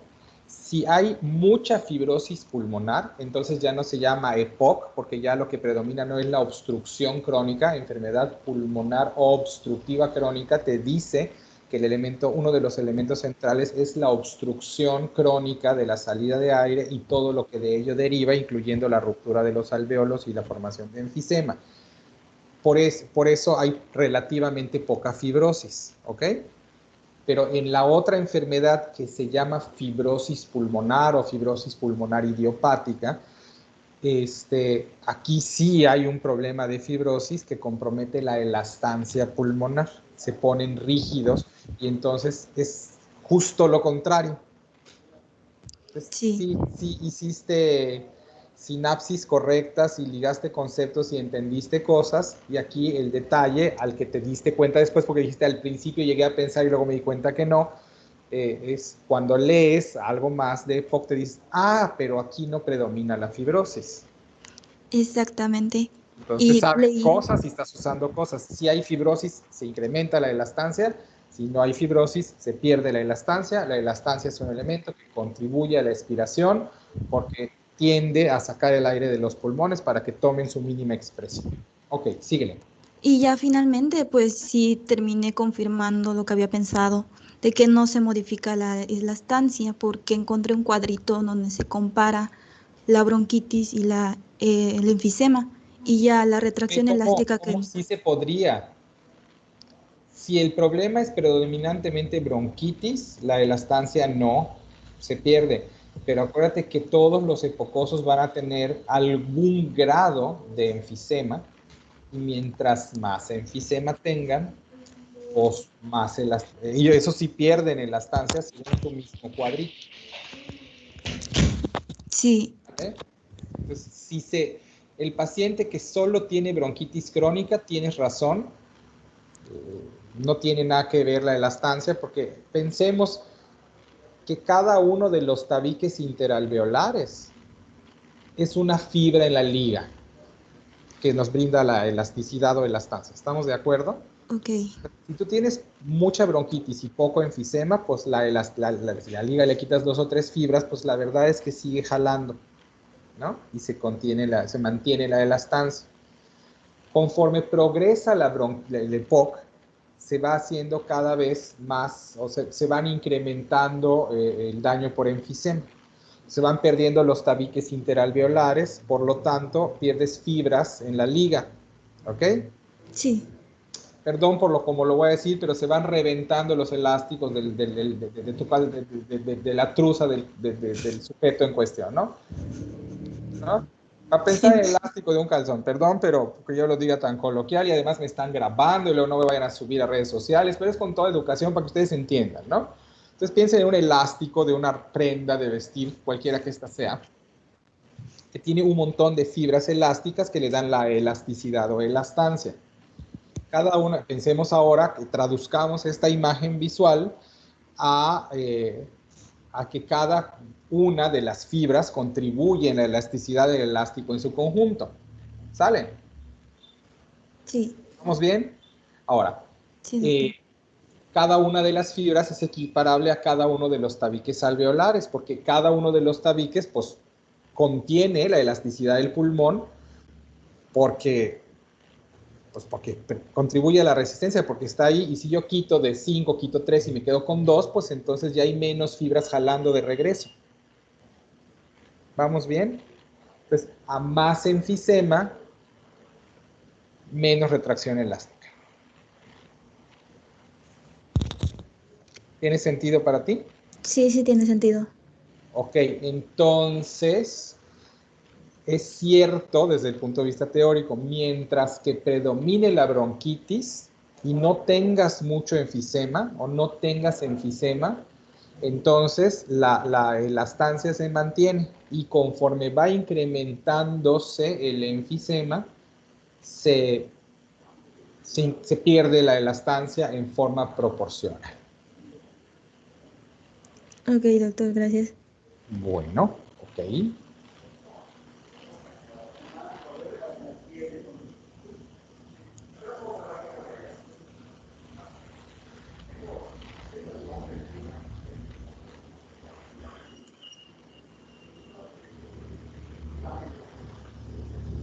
¿Quién sigue? Yo, con confianza. Ok. Para la confianza traje esta imagen donde se observa lo que es la rama respiratoria de la curva presión-volumen, donde se hace la comparación de la expiración de un pulmón normal y un pulmón con enfisema.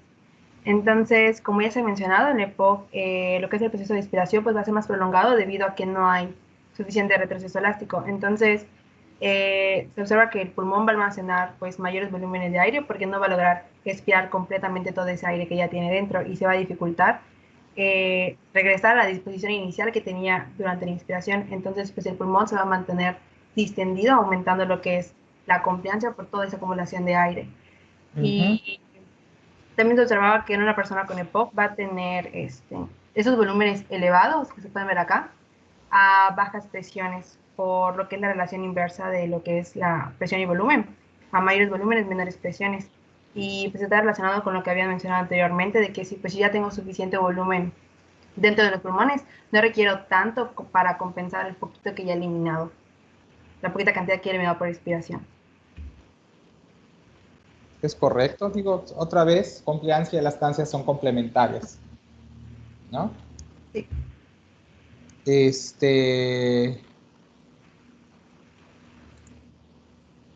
Góngora.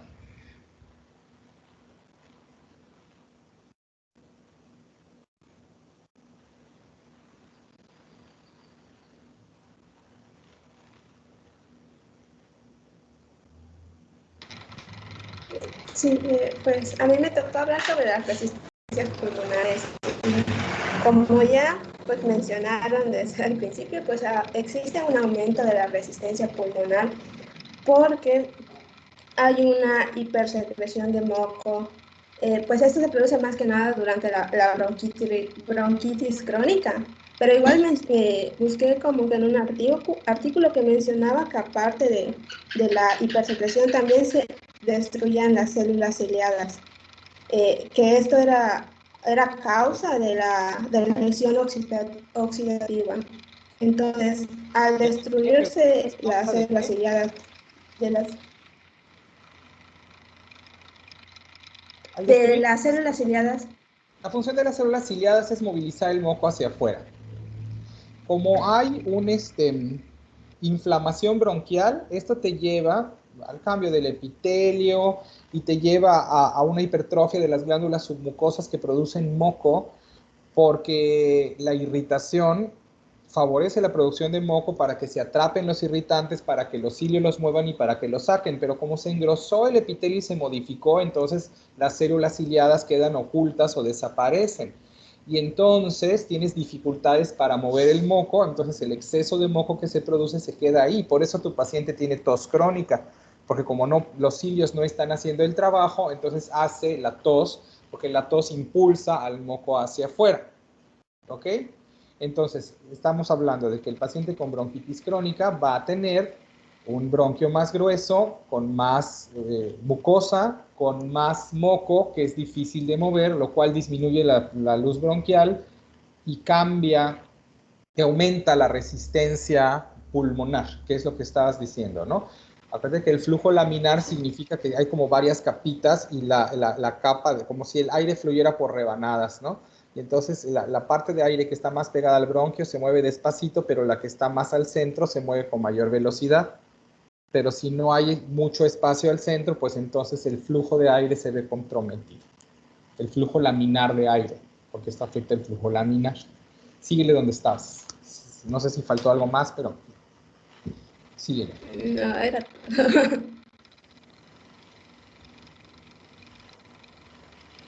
no, era todo. Ya lo mencioné. ¿Así de plano? Es que iba a hablar igual sobre las tos crónicas que mencionó, pero igual ya. Ok. También hay otro elemento. El otro elemento es el de la hipertrofia del músculo liso. Es nuestros bronquios de mayor diámetro o bronquios secundarios que tienen músculo, responden todo el tiempo. De hecho, hay cierto grado de razón en que si hay frío los bronquios se contraen, eso es verdad, por eso en la noche los asmáticos se alborotan, y que si hay polvo y que si hay una infección y que si los perfumes, todos estos estímulos externos estimulan a la pared bronquial y generan un espasmo, una contracción del músculo peribronquial. Si hay hipertrofia, que ya dijimos que la hay porque la hay, del músculo peribronquial, entonces son más susceptibles a que se genere espasmo bronquial, y el espasmo bronquial reduce la luz bronquial y aumenta también las resistencias pulmonares.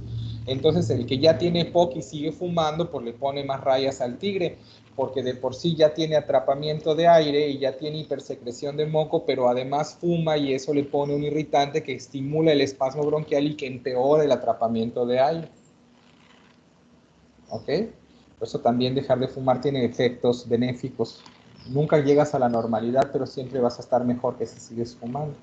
Entonces sí, las resistencias pulmonares en el epocoso están crónicamente incrementadas por el moco y el edema de la pared bronquial, y además tienen todavía como eventos de incremento mayor de la resistencia al flujo aéreo pulmonar cuando se exponen a circunstancias ambientales, humos, frío o infecciones, porque esto genera un espasmo bronquial que ocurre con un músculo particularmente fuerte. ¿Tiene sentido esto?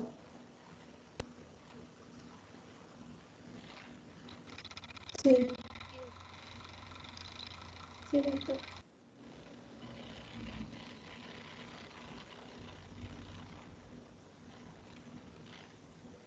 Bueno, ok, nos queda nada más ventilación, perfusión.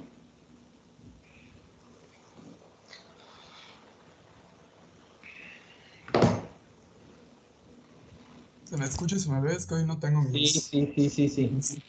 mis formulitas. Bueno, ¡Qué bueno! Mande. ¿No tienes tus formulitas? O sea, hoy no las traje para la ¡Qué exposición. bueno! ¡Qué alegría! Vamos a hacerlo un poquito más conceptual. Perfecto. Mira, que no es crítica, ya te dije y se los digo a todo el mundo. Uno de los 4 profesores de fisiopatología, que no soy yo, es amante de las matemáticas y de las fórmulas y es uno de los mejores alumnos que tuve de fisiología cuando yo daba fisiología. Por eso fue invitado a dar fisiopatología. Y es un sujeto brillantísimo en muchos sentidos, ¿no? Entonces, la inteligencia esta que tú tienes para las fórmulas puede ser un plus y no debes de perderla.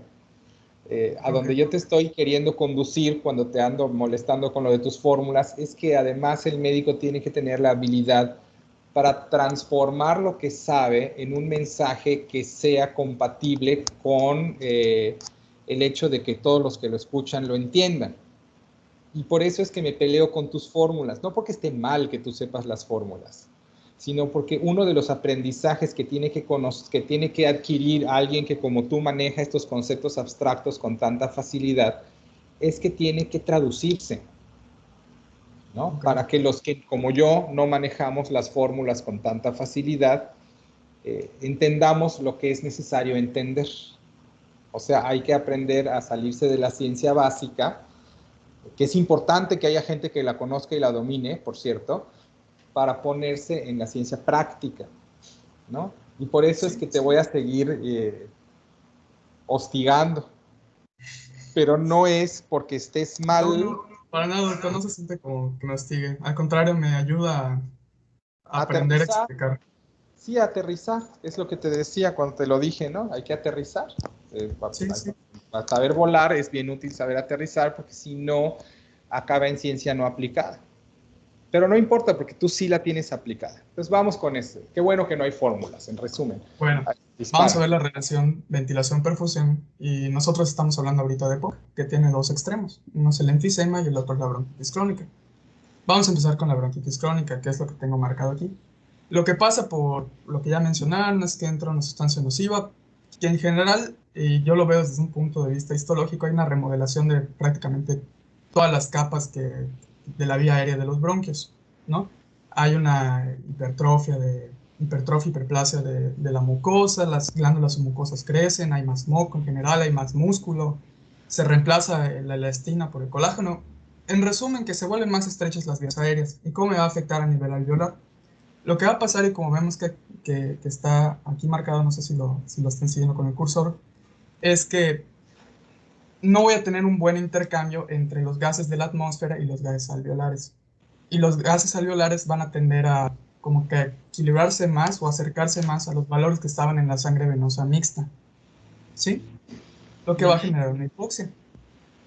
Y realmente el alveolo puede llegar a tener aire, sí, pero es un aire que no es nuevo, es decir, que no tiene este alto rico contenido en oxígeno y en dióxido de carbono, y pues por eso la BQ baja, porque realmente es una ventilación, se podría decir que no efectiva.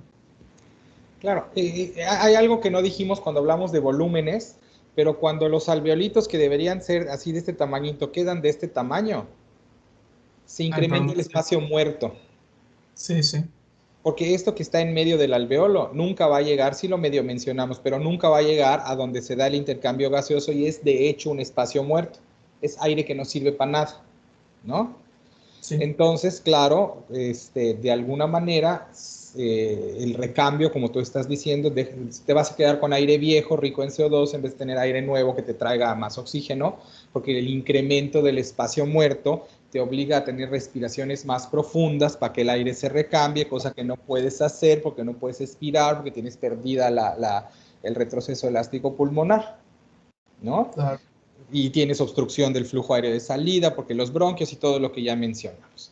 Lo cual hace entonces que tú tengas una perfusión menos intacta, oxígeno en contacto con los vasos, menos oxígeno en contacto de los vasos, y habíamos mencionado también que la disponibilidad de oxígeno pulmonar te llevaba a la síntesis de óxido nítrico que vasodilataba para que aquellos alvéolos que están más perfundidos, perdón, más aireados, también sean los más perfundidos. Y este era un mecanismo compensatorio al principio, pero cuando ya te quedaste sin alvéolos suficientes, pues no hay manera de que se sintetice óxido nítrico, entonces vas a tener alvéolos poco perfundidos, que es lo que estás diciendo. Y entonces queda en sentido más amplio como si tu paciente tuviera cortocircuito, porque está pasando por un alvéolo que tiene poco oxígeno la sangre, y entonces se oxigena poco, y es como si la sangre que viene hacia el pulmón salga sin oxigenarse, ¿no? ¿Qué es lo que estás diciendo? No se incrementa la PaO2 en la sangre aunque pase por el alvéolo.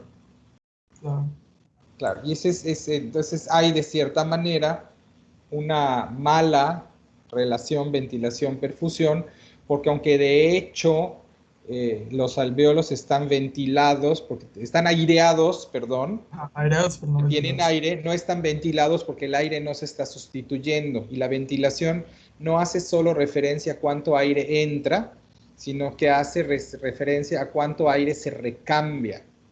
Claro. Entonces, si esto te acomoda un poco más, les acomoda un poco más los conceptos. Pero cuando hablan, no es lo mismo que haya aire en los alvéolos, casi siempre es lo mismo. En fisiología es correcto, pero en fisiopatología no, porque no hay enfermedad. La aireación es, ¿hay aire en el alvéolo, sí o no? Y la ventilación es, bueno, pero este aire ¿se recambia o no se recambia? Y entonces, si el aire se recambia, hay ventilación. Entonces, si tú tienes alvéolos que vasos capilares que perfunden alvéolos que no recambian su aire, hay de hecho un problema de ventilación-perfusión, una desproporción, y acaba en que tu paciente no mete a la circulación el oxígeno suficiente. Bueno, ya está. Pues eso sería prácticamente todo lo de la bronquitis crónica. Claro. Y está el extremo. Y entonces, ya que saben esto, a los que les tocó el cartel de asma, pues ya tienen muchos elementos para trabajar, porque comparte muchas cosas acá. No todas, pero comparte muchas cosas, y otras las comparte, o algunas alteraciones con neumonía, y ya con TEP no, pero bueno. Para el lunes vamos a ver tromboembolia pulmonar, otra vez los mismos 12, es su último día de sufrir, pero como viene el fin de semana, de una vez le voy a asignar tema a los que siguen para que empiecen a preparar sus diapositivas para cuando hablemos de insuficiencia cardíaca. ¿Sale? Entonces, dejen ver dónde está eso. Doctor, todavía falta lo del extremo del enfisema. ¿Qué es el extremo del enfisema? O sea, que está el EPOC, que está la bronquitis y que está el enfisema, porque causa alteraciones diferentes de la BQ. Ah, vas a decir algo de la BQ. Ok, dilo, en lo que busco mi foto. Nada más que en el enfisema pues pasa lo contrario, porque prácticamente con la destrucción de los lechos capilares que recubren los alvéolos, pues tú te estás llevando una gran parte de la perfusión. Ajá. Y ahora, esto no viene de cuando se pierde alvéolo, no solo se pierde la pared del alvéolo, sino también se pierden los vasos que pasaban por esa pared. Se pierden los vasos y entonces prácticamente el pulmón está obligado a redistribuir la sangre a como estructuras funcionales pulmonares más como que reducidas, lo que no viene de gratis, que se relaciona ya con lo que ya mencionaron, el engrosamiento de la pared muscular del ventrículo derecho, el engrosamiento de la arteria pulmonar y demás. ¿Por qué? Porque vas a tener menos lechos capilares, un menor árbol vascular.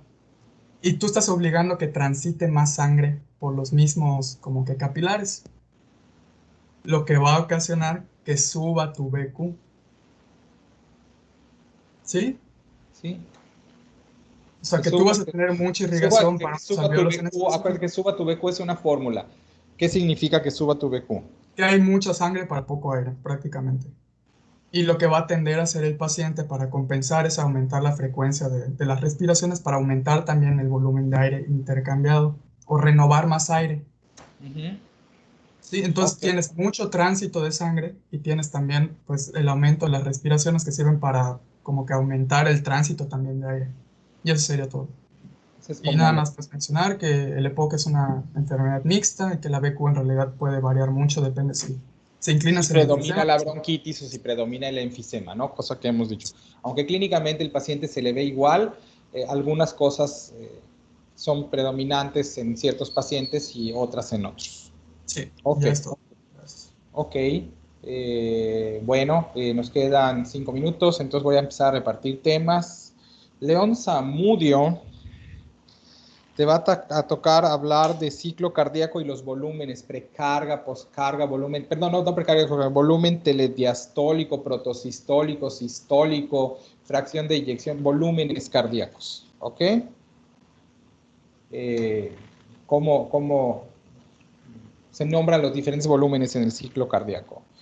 Méndez Beltrán, vas a hablar de la relación presión-tiempo, cómo en los diferentes momentos van los picos o no de presión en la sístole, en la diástole, al principio y después, y cómo van las presiones a lo largo del tiempo del ciclo cardíaco. Molina Soberano, la relación es presión-volumen, lo van a ver en fisiología. Pasquel, vas a hablar del concepto de gasto cardíaco y cuáles son los determinantes del gasto cardíaco. Pérez Vázquez, los diferentes marcapasos o determinantes de la frecuencia cardíaca.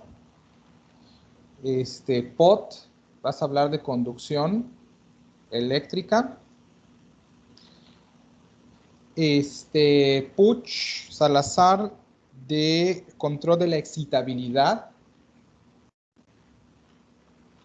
¿Qué elementos hacen que el corazón dispare con mayor o menor facilidad? Y Rodríguez Carballo, de las fuerzas de Starling. Las fuerzas de Starling son aquellas que determinan si el agua se queda en los vasos o se sale de los vasos al tercer espacio. Toda esta lista de temas, como ustedes seguramente ya saben, está en los cuestionarios. Cuando uno se mete a Wadi Virtual, ahí están los cuestionarios y ahí dice, este cuestionario tienes tanto tiempo, como aquí son 8 conceptos nada más, el tiempo no van a ser 30 minutos, no van a ser 20 minutos, van a ser 15, así que vayan de una vez revisando los temas que siguen ahora dentro del fin de semana. Perdón, me atraganté.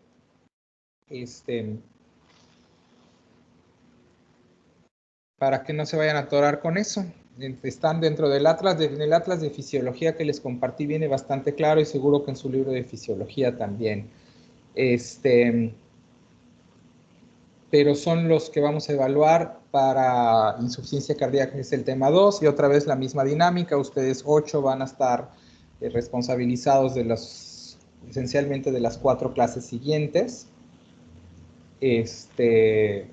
Y básicamente, pues eso, para que sepan cómo se tienen que preparar, ¿no?